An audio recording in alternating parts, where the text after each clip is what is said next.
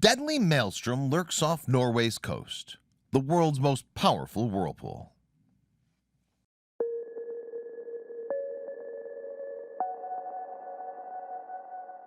But before we start, please make sure to subscribe to Did You Know and hit the bell so you never miss an upload from us. Also, leave a like right now. For more than 2 millennia now, an astonishing event has regularly manifested off the coast of Norway. 4 times each and every day, a set of vortices open up in the waters of the county of Nordland, and according to experts, the phenomenon is the most powerful occurrence of its kind. A little over 6 miles away from the Nordland region is known as Bodo. A strait called South Straumann lies between 2 fjords. These are called Saltfjorden and Skærstad Fjord. In simple terms, a fjord is a slim section of water formed by a glacier which is wedged between 2 cliffs. Measuring just under 2 miles in length and 940 feet in width, the South Straumann Strait is by no means considered large. Yet, even so, every 6 hours, around 110 billion gallons of water surge through it. It's therefore known to possess one of the most powerful currents anywhere in the world. The water traveling through the South Straumann Strait can attain tremendous speeds of almost 23 miles per hour. And when the currents there are at their most significant, a series of swirling tunnels materialize in the water. These long, briny spirals are what we refer to as whirlpools or maelstroms. A whirlpool occurs when the direction or course of underwater currents is disrupted. Basically, it manifests as a spiral of spinning water which can appear to resemble a sort of downward passageway. We can actually see smaller examples of whirlpools when water from the bath travels down the drain. A maelstrom is simply the term used for the more forceful whirlpools which can materialize in oceans. It's apparently a Nordic phrase which itself might have derived from the Dutch word Maelstrom, translating to crushing current. It may also have roots in the Swedish language, where the word maelstrom translates roughly as grinding current. For English speakers, however, the word maelstrom first appeared in a short story by acclaimed author Edgar Allan Poe. Published in 1841, A Descent into the Maelstrom appeared within a title known as Graham's Magazine. Poe himself actually served as the editor of the magazine for a time.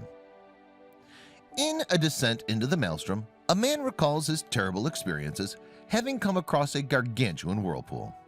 The character is apparently aged prematurely due to his encounter and expresses great terror at the memory of it.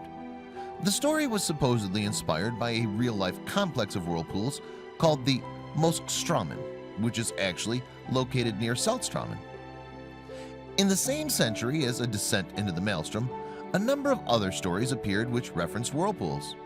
Indeed, 10 years after the 1841 publication of Poe's story came Herman Melville's Moby Dick, and 20,000 Leagues Under the Sea by French author Jules Verne was published in 1870. Maelstroms, however, have been a source of great curiosity for far longer than a mere few centuries. In fact, even some of the myths of ancient Greece have touched upon the notion of these vortices. And we can see this if we consider the monstrous entity known as the Charybdis. One telling of the myth of Charybdis presents the figure as the daughter of the gods Gaia and Poseidon. Gaia, on the one hand, is presented as being the goddess of earth, whereas Poseidon is described as the deity of the sea, and was therefore said to look after sailors. According to legend, Poseidon was once embroiled in a conflict with his brother, the deity known as Zeus. Charybdis entered the fray on the side of her father and aided him in covering some lands with water. This angered Zeus, who then took Charybdis and condemned her to the bottom of the ocean. A curse then befell Charybdis, which saw her transform into a great hulking water monster. Now described as a hideous creature with flippers, she perpetually drank the waters of the sea. And according to the myth, this act of drinking led to the formation of whirlpools in the ocean. Greek mythology further also claims that Charybdis lived very close to another vicious sea creature known as the Cycla, a sort of rock monster. Cycla was also a threat to sailors, just like Charybdis. Therefore, danger lurks when veering too closely to either one of them. The legend of these two monsters actually led to the creation of a popular idiom between Cycla and Charybdis. This basically relates to deciding on a course of action when given a choice between 2 undesirable options. In other words, does one travel the oceans by passing close to deadly rocks or a whirlpool?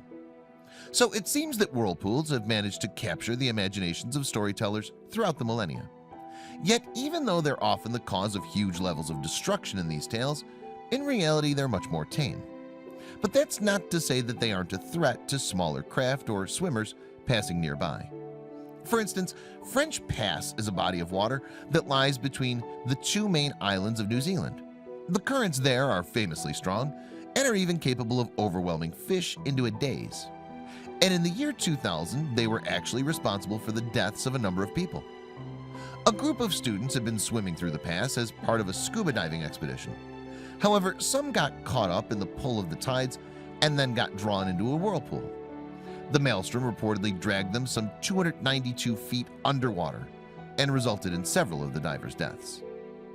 Elsewhere, a group of documentary filmmakers in Scotland explored the potential dangers to human life caused by whirlpools.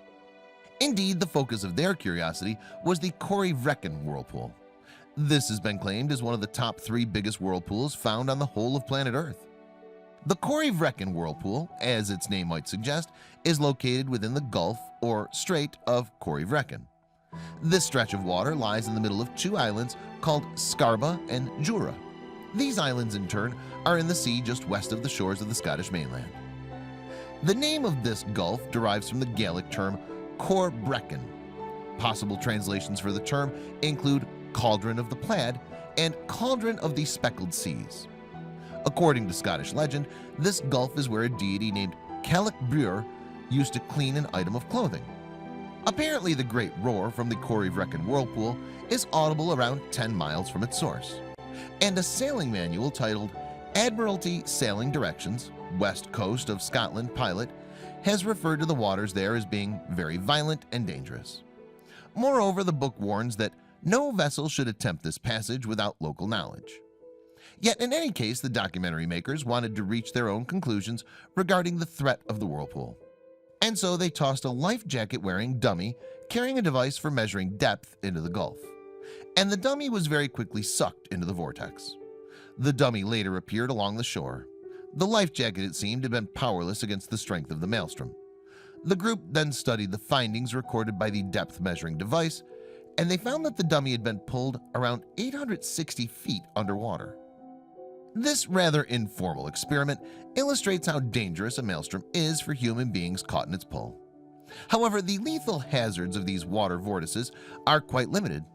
But when a whirlpool is created by humans, the consequences can actually prove far more devastating.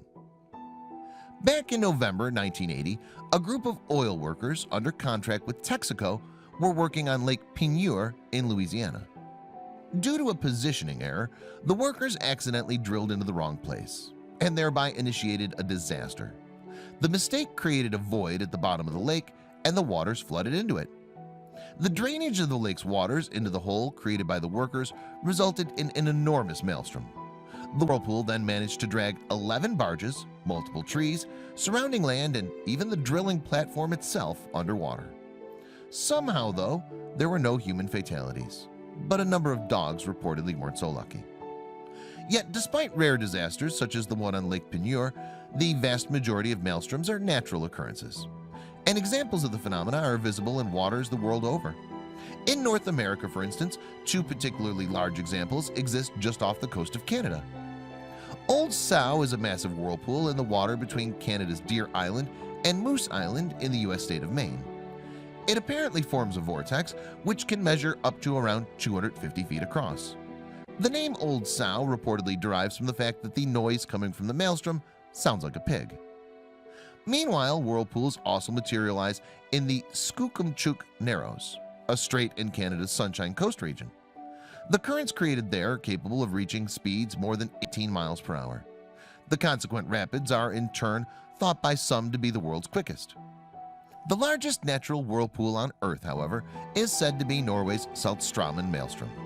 This is actually a complex of multiple whirlpools which appear together and morph into and away from one another.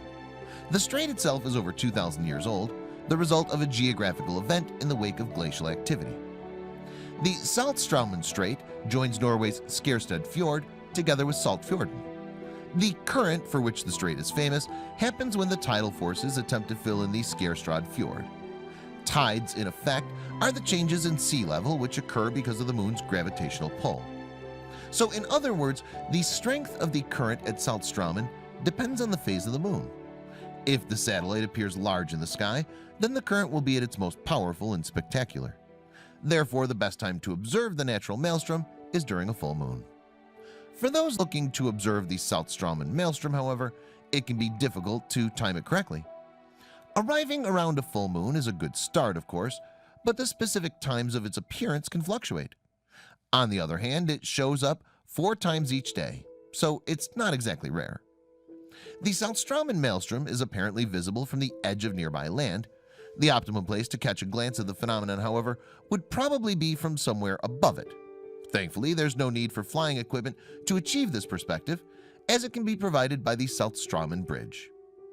First opened back in 1978, the South Straumann Bridge connects 2 Norwegian islands, which are known as Straumann and Naplundsoya.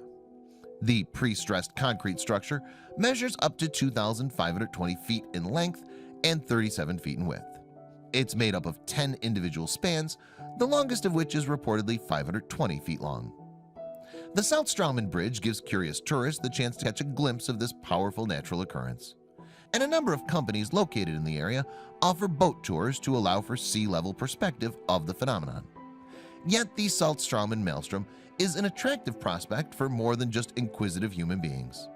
The conditions present at the South Straumann Strait have in fact attracted an abundance of plankton. This is defined as a group of generally small water-based organisms which act as food for larger creatures. The presence of plankton in a body of water can in turn cause large numbers of fish to inhabit the area. The large quantities of fish in South Straumann have made the region a popular fishing spot today. But the area seemingly has a history of the tradition, as evidenced by the discovery of an ancient human settlement there. It seems that people once inhabited the lands close to the sea, perhaps drawn there by the numerous fish. So the South Straumann Strait and its surrounding areas possess an extremely rich history, stretching back many thousands of years. But ultimately, the most compelling aspect of the area is the tremendous maelstrom which comes into being there every day. And though it might not be as dramatic as the maelstroms of mythology, it's nonetheless capable of inspiring genuine awe.